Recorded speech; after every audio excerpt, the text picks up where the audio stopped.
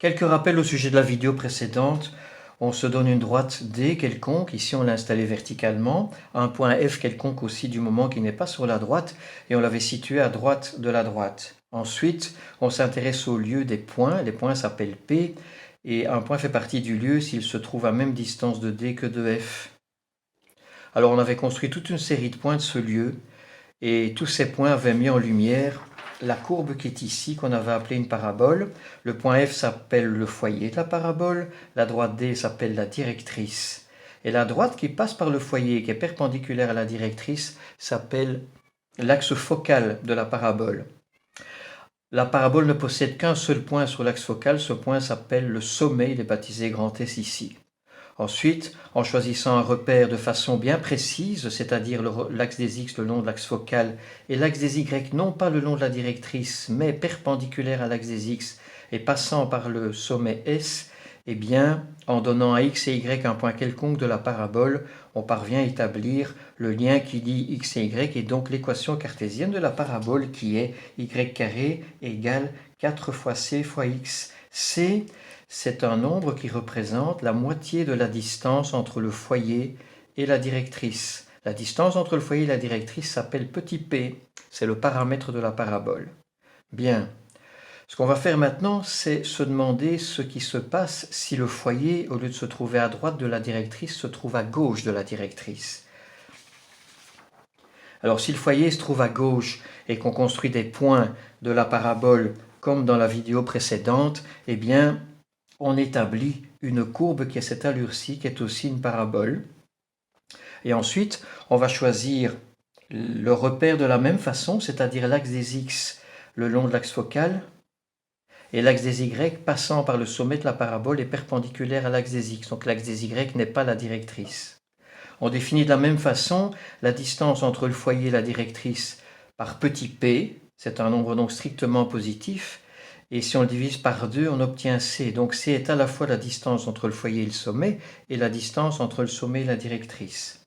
Dans ce repère qu'on a choisi, eh bien, le sommet a donc évidemment comme coordonnée 0, 0. Le foyer a comme coordonnée moins C0, puisque l'abscisse de ce point-ci, ça devient moins C maintenant dans le repère qu'on a choisi. Le point P, on continue de lui donner des coordonnées x, y quelconques.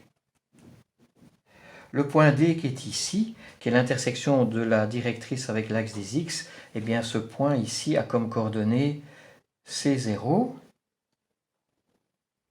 Et à ce moment-là, la directrice, puisque c'est une droite verticale qui passe par l'abscisse C, elle a comme équation x égale C. Et l'axe de symétrie de la parabole, c'est évidemment l'axe des x qui a comme équation y égale 0.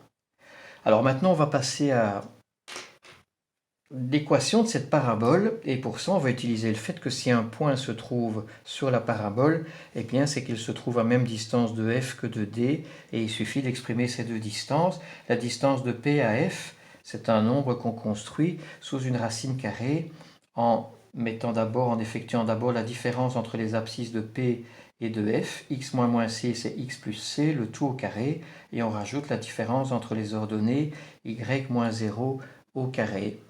Et tout ça, ça doit être égal à la distance entre le point P et la droite D, qui est un nombre qu'on fabrique sous forme d'une fraction avec une valeur absolue au-dessus, une racine carrée en dessous.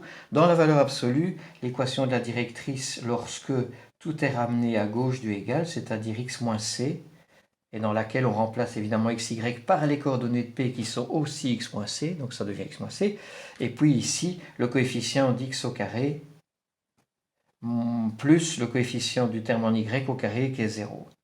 Voilà, on se débarrasse de la racine carrée, on élève au carré donc à droite aussi, ceci vaut 1, une valeur absolue au carré, la valeur absolue peut disparaître, on effectue tous les carrés, x carré plus c carré plus 2cx plus y carré égale x carré plus c carré moins 2cx, les termes en x carré disparaissent, les termes en c carré se simplifient aussi, et il reste y carré égale 4cx avec un moins devant, puisque le 2 est passé de l'autre côté, est devenu un moins 4, voilà.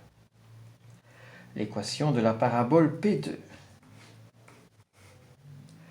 Alors, On aurait pu évidemment aussi se dire, tiens, et si la droite D, au lieu d'être verticale, était horizontale? C'est ce qu'on va voir maintenant. Alors si la droite D est horizontale, le foyer peut se trouver par rapport à cette droite soit au-dessus, soit en dessous. Supposons qu'il soit au-dessus, et de nouveau, en construisant toute une série de points du lieu, eh bien on fera apparaître la courbe qui est ici, qui est également une parabole, et on procède de la même façon. On va commencer par installer un repère.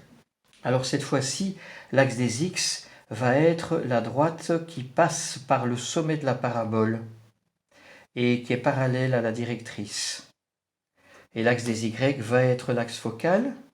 Dans ce repère, le sommet continue d'avoir comme coordonnées 0, 0.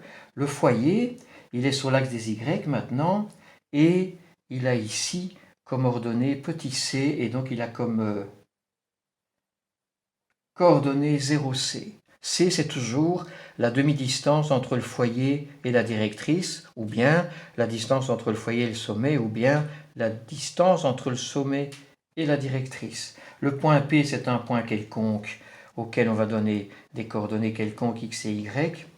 Le point D maintenant, le point D est sur l'axe des y et il a une ordonnée moins c, et donc il a comme coordonnée 0 moins c, et la droite D, c'est une droite horizontale qui a donc comme équation y égale moins c. L'axe de symétrie de la parabole, c'est l'axe des y qui a comme équation x égale 0. Alors pour établir l'équation de P3, de cette parabole qu'on a baptisée P3, eh bien on va de nouveau exploiter le fait que si un point se trouve dessus, la distance de ce point au foyer est égale à la distance de ce point à la directrice. La distance du point au foyer est donnée par la racine carrée de x moins 0 au carré, la différence entre les abscisses de P et de F, auquel on rajoute la différence entre les ordonnées de P et de F, y moins c au carré, et la distance du point P à la directrice, valeur absolue. Dans les valeurs absolues, on installe l'équation de la directrice lorsque tout est ramené à gauche du égal, c'est-à-dire ici y plus c, et dans laquelle on remplace x et y par x et y les coordonnées de P, donc ça reste y plus c, et en dessous racine carrée 2, le coefficient du terme en x au carré plus le coefficient du terme en y au carré. On élève tout ça au carré puisque tout est positif et on obtient x carré plus y moins c au carré qui doit être égal à y plus c, le tout au carré. Le dénominateur vaut 1. Une valeur absolue au carré disparaît quand on élève au carré. Bien, on effectue tous les calculs. X carré plus y carré plus c carré moins 2cy égale y carré plus c carré plus 2cy. Qu'est-ce qui disparaît? Les termes en y, les termes en c, et il reste x carré égale 4cy. Voilà l'équation cartésienne de la parabole P3 pour laquelle donc la directrice est horizontale et pour laquelle le sommet est 0, 0 et pour laquelle le foyer a donc comme coordonnée 0c et la directrice a comme équation y égale moins c. Tout ça est lié. Alors évidemment, au lieu de placer le foyer au-dessus de la directrice qui est horizontale, on aurait pu le placer en dessous. C'est ce qu'on va voir maintenant. Donc cette fois-ci, le foyer se trouve en dessous de la directrice est ici. La parabole obtenue aurait cette allure-ci avec son sommet S. Et le repère qu'on va choisir consiste de nouveau à faire passer l'axe des Y par l'axe focal de la parabole. Ceci, c'est l'axe focal. Et l'axe des X par le sommet est parallèle à la directrice. Donc de nouveau, la directrice n'est pas un des axes du repère. Voilà, dans ce repère, le sommet a comme coordonnées 0, 0. Le foyer, alors le foyer se trouve sur l'axe des Y, donc son abscisse vaut 0. Et si petit c continue de représenter la distance entre le sommet et le foyer, eh bien l'ordonnée du foyer c'est moins c, et donc c'est coordonnées 0, moins c. Ensuite, le point P c'est un point quelconque de la parabole, on lui donne des coordonnées x et y. Le point D, qui est l'intersection de l'axe des Y avec la directrice, c'est un point qui a comme ordonnée C, donc ses coordonnées sont 0C, et la directrice, puisque c'est une droite horizontale, elle a comme équation y égale c, ou encore y moins c égale 0, puisqu'on va en avoir besoin tout de suite. Et l'axe de symétrie de la parabole, c'est l'axe des y, donc comme équation x égale 0. Bien, alors pour établir l'équation de P4, de nouveau on exploite le fait que la distance de PAD et la distance de PAC sont égales, de PAF plutôt, pardon, la distance de PAF, racine carrée 2, la distance entre les abscisses de P et de F au carré, plus la différence entre leurs ordonnées, y plus c, le tout au carré, égale y moins c en valeur absolue, et ici, racine carrée 2, 0 au carré, plus 1 au carré. On élève tout ça au carré. Non, oui, c'est ça, plus y plus c au carré, égale y moins c, le tout au carré. On distribue, on effectue, on obtient y carré plus c carré plus 2cy égale y carré plus c carré moins 2cy.